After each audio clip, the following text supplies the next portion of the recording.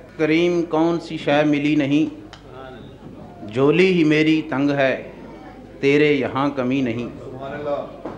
محمد مصطفیٰ آئے، بہار اندر بہار آئی، زمین کو چومنے جنت کی خوشبو بار بار آئی۔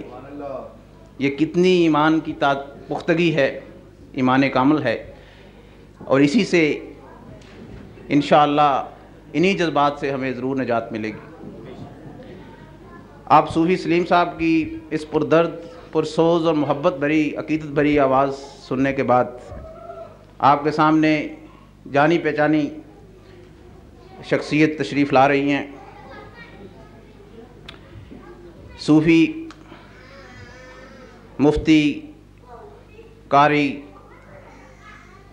قبلہ عبد الرحیم صاحب، خطیب جامعہ مسجد شیپرڈ بش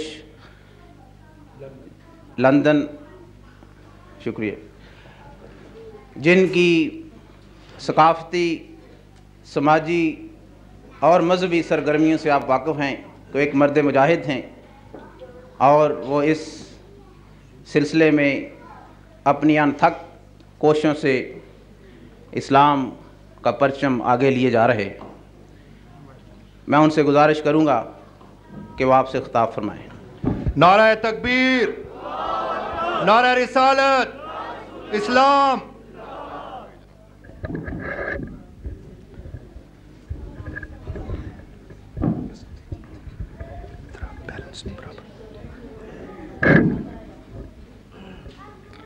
نحمده ونصلي على رسوله الكريم،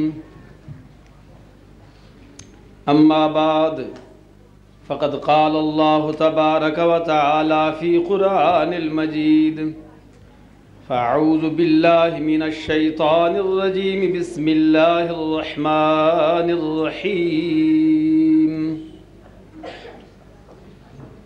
اللہ ولی الذین آمنوا یخرجهم من الظلمات إلى النور، اما بعد فقد قال اللہ تبارک وتعالی فی شان حبیبہ مخبرا وآمرا، ان اللہ وملائکتہ یصلون علی النبی، یا ایہا الذین آمنوا صلوا علیہ وسلموا تسلیما۔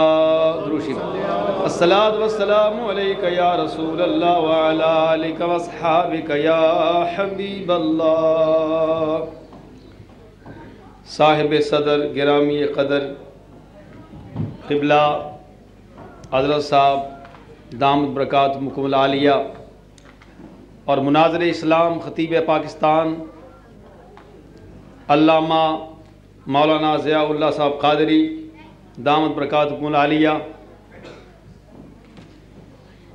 صوفیاء اعظام، برادران محترم و عزیزان ملت، آج کی یہ مقدس محفل قبلہ حضرت صاحب دامت برکاتہم العالیہ کی آمد پر منائی گئی۔ پروردگار عالم نے اس پاک محفل میں حاضری کی ہم سب کو توفیق عطا فرمائی۔ میں نے قرآن مجید فرقان حمید کی ایک آیہ کریمہ کا حصہ تلاوت کیا، جس میں پروردگار عالم نے ارشاد فرمایا، اللہ ولی الذین، اللہ ان لوگوں کا دوست ہے، آمنو جو ایمان لائے، یخرجہم من الظلمات،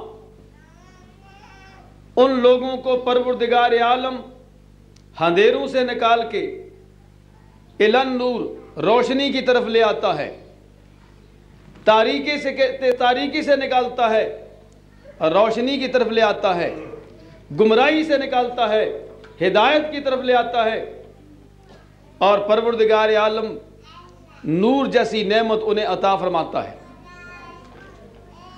یاد رکھیں، دوستی دونوں طرف سے ہوتی ہے۔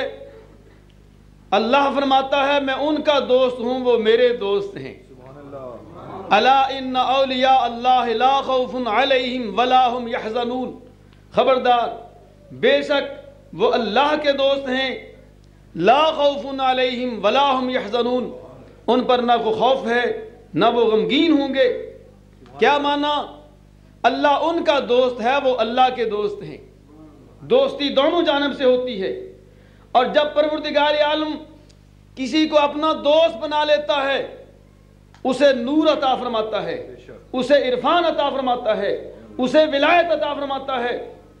اور جب بندہ نفل پڑھتے پڑھتے اس مقام پر پہنچ جاتا ہے، حدیث قدسی ہے، پروردگار عالم ارشاد فرماتا کنت سمع الذی یسمع بہ فکنت سمع الذی یسمع بہ۔ بندہ اس مقام پر پہنچتا ہے کہ بندہ، اللہ فرماتا ہے جن کانوں سے بندہ وہ سنتا ہے وہ کان میں بن جاتا ہوں۔ بصرہ الذی یبصر بہ، بندہ جن آنکھوں سے دیکھتا ہے وہ آنکھیں میں بن جاتا ہوں۔ ویدہ التی یبطش بہا، بندہ جن ہاتھوں سے پکڑتا ہے وہ ہاتھ میں بن جاتا ہوں۔ ورجلہ الذی یمشی علیہا، اور بندہ جن پاؤں سے چلتا ہے اللہ فرماتا ہے وہ میں بن جاتا ہوں۔ بندہ اس مقام پر پہنچتا ہے۔ مجھے عارف کھڑی رحمت اللہ تعالیٰ کے ایک ایسا شعر یاد آ گیا جنہوں نے ایک کوزے میں دریا بند کر دیا۔ آپ فرماتے ہیں یہ حقیقت کس طرح کھل جاتی ہے کہ پروردگار عالم کسی بندے میں حل نہیں ہوتا اور رب قدوس کسی بندے میں حل نہیں ہوتا۔ ہاں، پروردگار عالم اس کی قوت سماعت میں، قوت بصارت میں پروردگار عالم ایک طاقت عطا فرما دیتا ہے جو ایک امتیازی حیثیت ہوتی ہے۔ آپ ارشاد فرماتے ہیں اس پوری حدیث پاک کا ترجمہ بڑے حقیقت کے الفاظ میں ارشاد فرمایا۔ آپ ارشاد فرماتے ہیں کہ قطرہ ونج پوے دریاوے، قطرہ ونج پوے دریاوے تے پھرو کون کہاوے،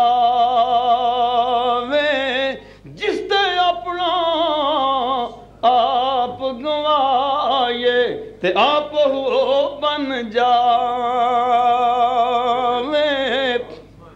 بندہ اس مقام پر پہنچتا ہے کہ اس کی قوت سماعت امتیازی حیثیت سے ہوتی ہے۔ جیسے حضرت فاروق اعظم رضی اللہ تعالی عنہ امیر المومنین خلیفۃ المسلمین، مسجد نبوی ہے، مدینہ طیبہ ہے، منبر رسول ہے، آپ جلوہ نشین ہیں اور سامعین صحابہ اکرام ہیں۔ آپ اثناء واز میں آپ نے ارشاد فرمایا یا ساریۃ الجبل الجبل الجبل، ساریہ پہاڑ کی طرف دیکھ، ساریہ پہاڑ کی طرف دیکھ، ساریہ پہاڑ کی طرف دیکھ۔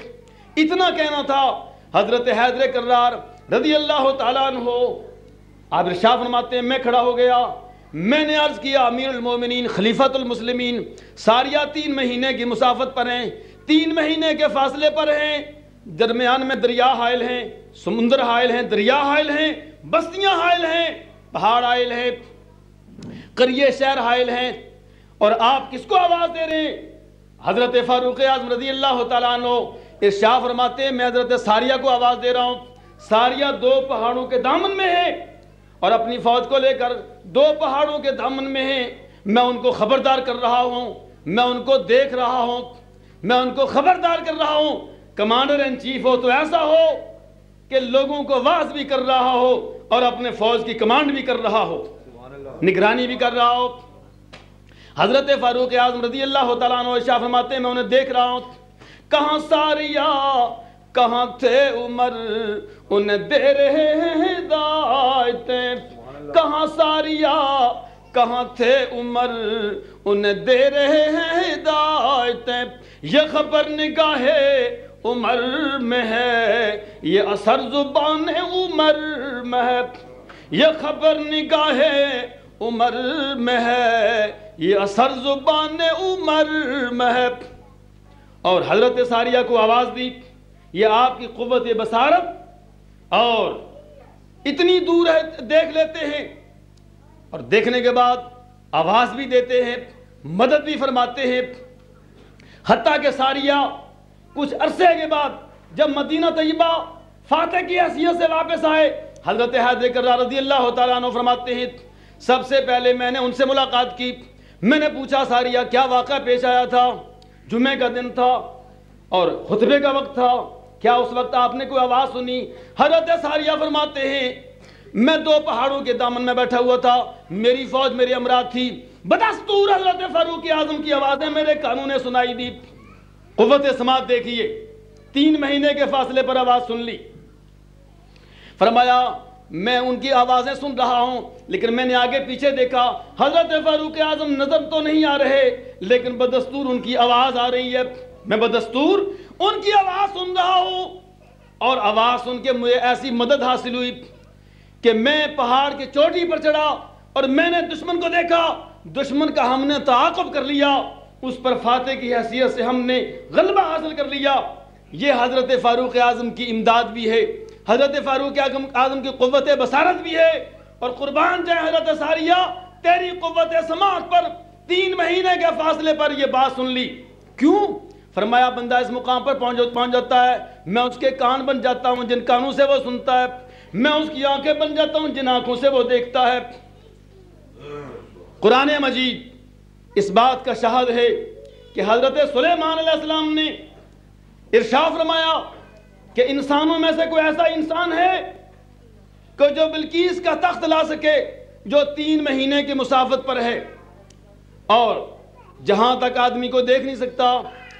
ایک آصف بن برقیہ آپ کے غلام کھڑے ہو گئے، عرض کی وقال الذی عندہ علم من الکتاب، اس نے کہا جو کتاب میں سے کچھ علم جانتا تھا، یہ من تبیزیہ ہے، سارا علم نہیں جانتے تھے، کچھ کتاب میں سے علم جانتے تھے، اس لیے بعض نے کہا وہ اسم اعظم جانتے تھے۔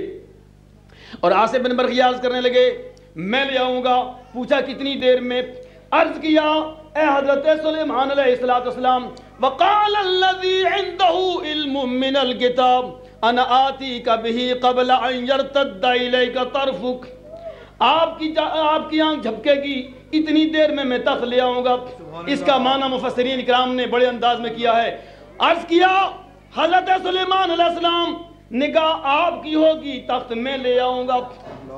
دوسرے معنی یہ ہے نگاہ آپ کی ہوگی تخت میں لے آؤں گا۔ فرمایا لے آؤ، فلما رآہ مستقر عندا، کیا دیکھا زمین پھٹ گئی، بلقیس کا تخت باہر آ گیا، بڑا مزین تخت ہے، بڑا زیب و زینت والا ہے، دائیں بھی کرسیاں بچھی ہیں بائیں بھی بچھی ہیں۔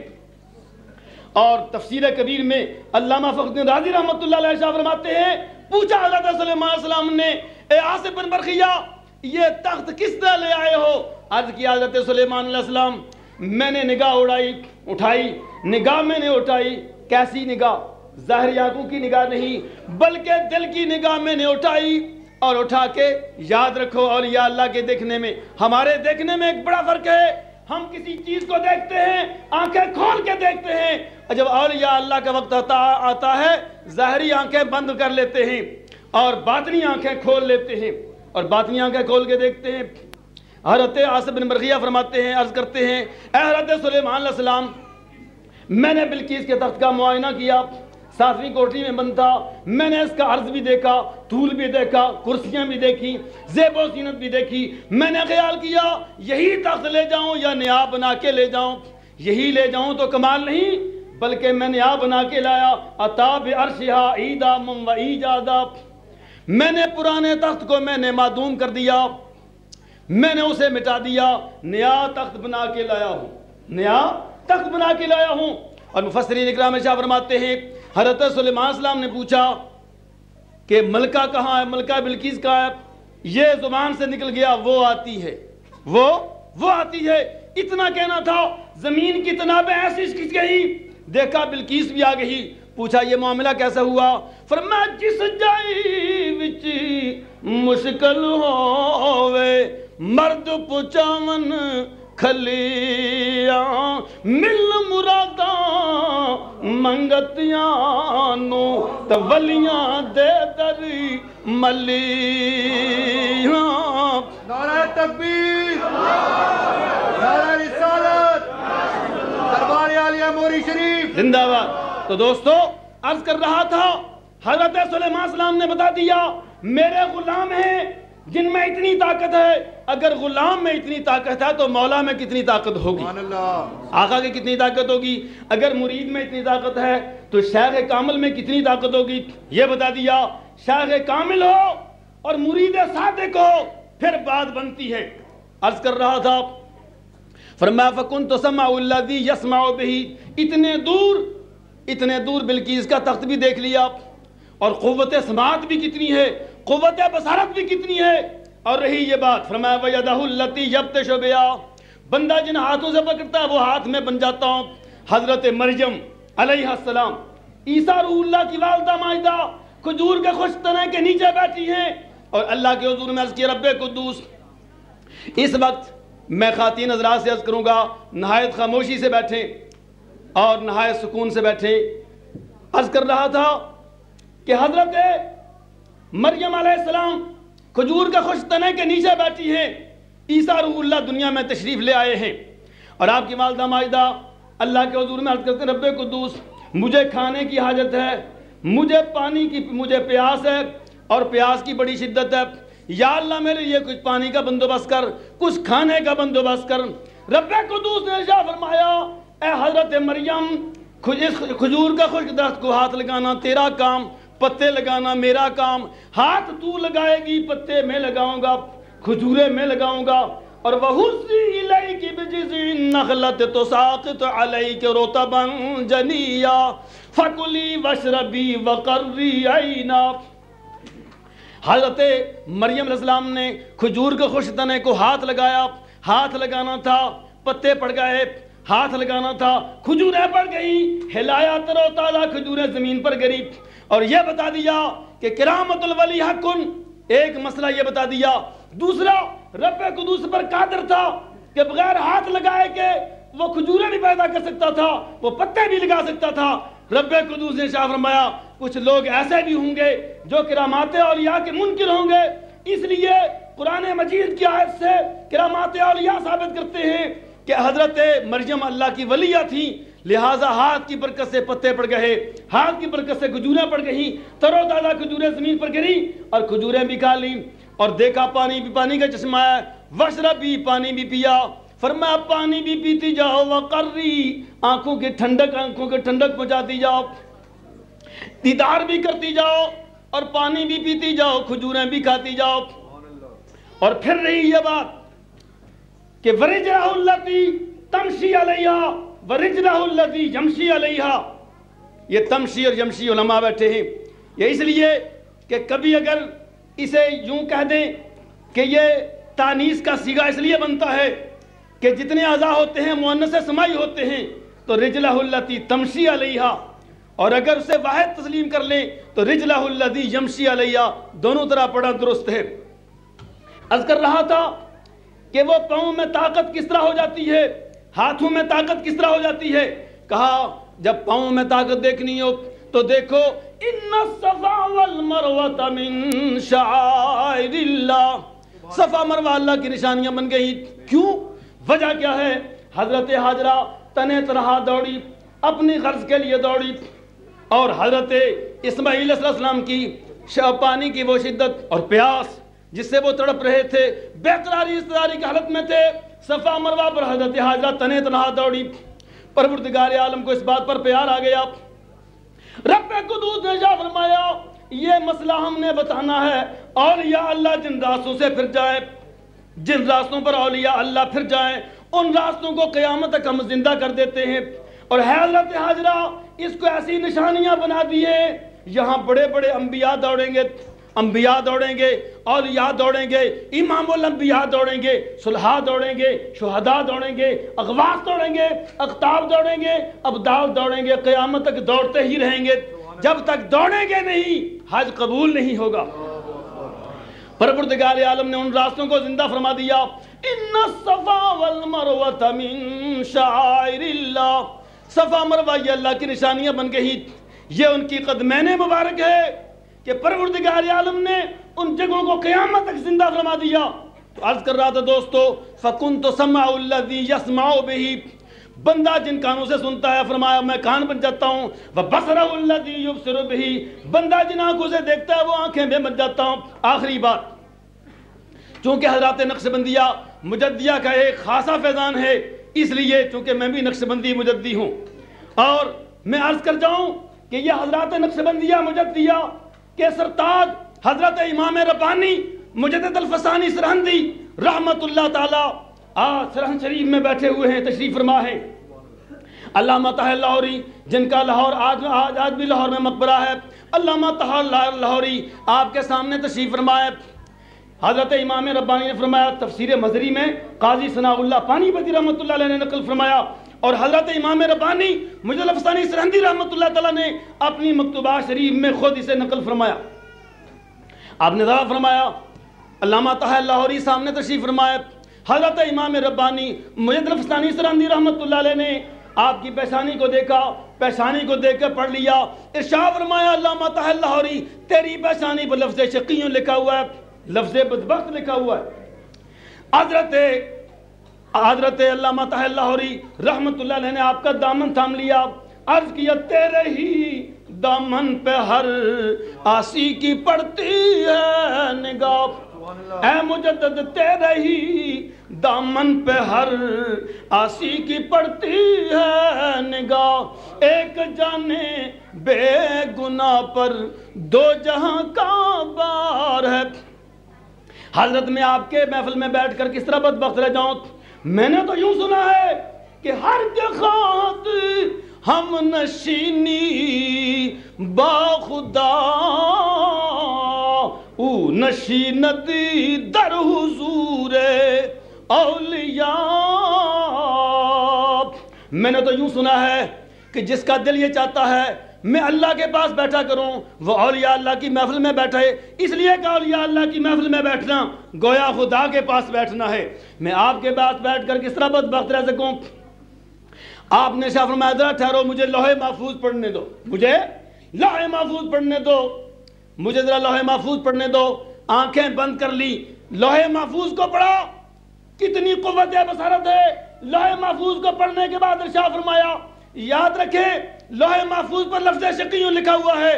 رو کے عرض کی، حضرت آپ دعا فرمائے، اس لیے کہ آپ کا بڑا مقام ہے، صدیق سے عروج مجدد پہ ہے نزول، صدیق پہ عروج مجدد پہ ہے نزول، کیا مستند یہ سلسلہ نقشبند ہے، کیا مستند یہ سلسلہ نقشبند ہے، اور کیا سلسلوں میں سلسلہ نقشبند ہے، اور جو نقش بند ہے وہ بالیقین حق پسند ہے۔ آپ ارشاد فرماتے ہیں، میں نے لوح محفوظ میں ایسے ہی پڑھا ہے، پھر دامن تھام لیا، رونا شروع کر دیا، فرمایا ذرا ٹھہر جاؤ، دعا کر لیتے ہیں۔ دعا کے لیے ہاتھ اٹھائے، جو ہی اٹھائے آپ نے دعا فرمائی، دعا کرنے کے بعد منہ مبارک پر ہاتھ پھیرے، ارشاد فرمایا، علامہ طاہر لاہوری تجھے مبارک ہو، لفظ سعید لوح محفوظ پر بھی لکھا گیا ہے، لفظ سعید تیری پیشانی پر لکھا گیا ہے، لفظ بدبخت تیری پیشانی سے مٹ گیا ہے، لفظ بدبخت لوح محفوظ میں مٹ گیا ہے۔ میں نے پوچھا مٹا کس طرح؟ کہا قلم ربانی ہاتھ وے ولی دے لکھے جو من بھاوے، ولیاں نو رب طاقت بخشی تے لکھے لکھ مٹاوے۔ سبحان اللہ۔ بہرحال پروردگار عالم سب کو عمل کرنے کی توفیق عطا فرمائے۔ چونکہ مغرب کا وقت قریب تھا، اس لیے مناظر اسلام خطیب پاکستان علامہ مولانا ضیاء اللہ صاحب قادری دامت برکاتہم العالیہ کی تقریر نہیں ہوئی۔ اب مغرب کی جب نماز ہوگی اس کے بعد ان کی آپ کی تقریر دل پذیر ہوگی۔ میں ان کی ذات سے بڑا متعارف ہوں، آپ حضرات میں اکثر حضرات جانتے ہوں گے۔ آپ واقعتاً آپ کی تقریر سنیں گے تو آپ کو احساس ہوگا کہ واقعی مناظر اسلام ہیں، اور بہترین انداز میں بڑے عالمانہ فاضلانہ بڑے بہترین دلائل سے ارشادات عالیہ ان کا ہوگا۔ تو صرف جاتے جاتے یہ عرض کروں، آپ نے بہت سی کتابیں لکھی ہیں، جن میں سے صرف 2 کتابوں کا اعلان کرتا ہوں۔ 2 کتابیں آپ اپنے ہمراہ لائے ہیں، جو حضرات خریدنا چاہیں ضرور خریدیں اور انہیں پڑھیں۔ ایک کتاب ہے سیرت غوث اعظم، میں نے سب کو پڑھا ہے، بڑی بہترین کتاب ہے اور بڑی مدلل کتاب ہے، سیرت غوث اعظم رضی اللہ تعالیٰ عنہ، اور دوسری ہے سیرت مصطفیٰ صلی اللہ علیہ وسلم، مصطفیہ، سیرت مصطفیہ صلی اللہ علیہ وسلم، یہ دوسری کتاب ہے۔ یہ کتاب بھی آپ لیتے جائیں، اور آپ یہ کتابیں یہاں لائیں آپ جی، آپ بعد میں لے لیں، لیکن یہ دو کتابوں کے علاوہ اور بھی کتابیں آپ کے پاس ہیں۔ تو ایک ہے سیرت مصطفیٰ صلی اللہ علیہ وسلم، دوسری ہے سیرت غوث اعظم رضی اللہ تعالیٰ عنہ۔ یہ دونوں کتابیں آپ ضرور خریدیں اور پڑھیں، بڑی مدلل اور مکمل کتابیں ہیں۔ اللہ تعالیٰ ہم سب کو عمل کرنے کی توفیق عطا فرمائے۔ وما علینا الا البلاغ المبین۔ اب اذان ہوتی ہے اور اذان کے بعد متصل جماعت ہوتی ہے، تو جی اذان دے دیں۔ قبلہ ذرا صحیح ہے۔ اللہ تعالیٰ سب